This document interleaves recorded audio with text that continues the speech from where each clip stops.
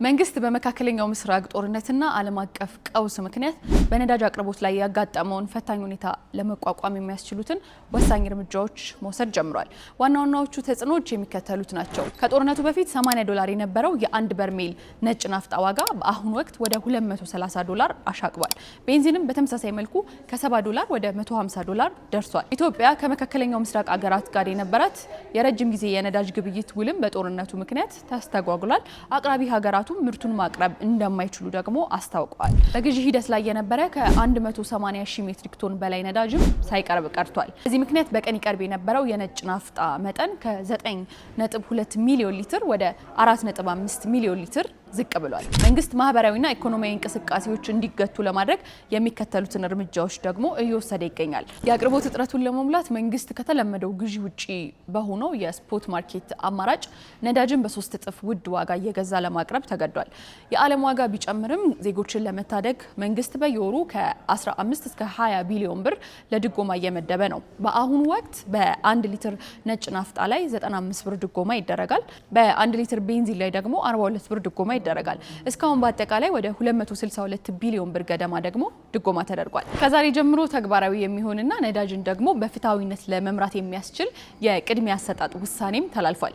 በዚህ መሰረት የሚከተሉት አካላት በቅደም ተከተል ቅድሚያ ያገኛሉ ማለት ነው። አንደኛ፣ ነዳጅ የሚያጓጉዙ ተሽከርካሪዎች በማደያ የቅድሚያ ይሰጣቸዋል። በሁለተኛ ደረጃ ከፍተኛ አምራችና የኤክስፖርት ድርጅቶች በቀጥታ ቅድሚያውን ያገኛሉ። ሶስተኛ ላይ ልዩ ትኩረት የሚሹ የመንግስትና የግል ፕሮጀክቶች በቀጥታ።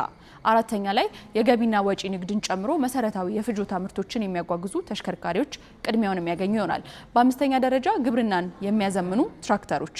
ስድስተኛ ላይ የከተማና ሀገር አቀፍ የብዙሃን ትራንስፖርት ተሽከርካሪዎች። በሰባተኛ ደረጃ ደግሞ በናፍጣ የሚሰሩ የህዝብ ማመላለሻ ተሽከርካሪዎች ቅድሚያውን የሚያገኙ ይሆናል። መንግስት ስርጭቱን 24/7 የሚከታተል የፌዴራልና የክልል ተቋማትን ያካተተ ልዩ የመከታተያ ክፍልንም አቋቁሟል።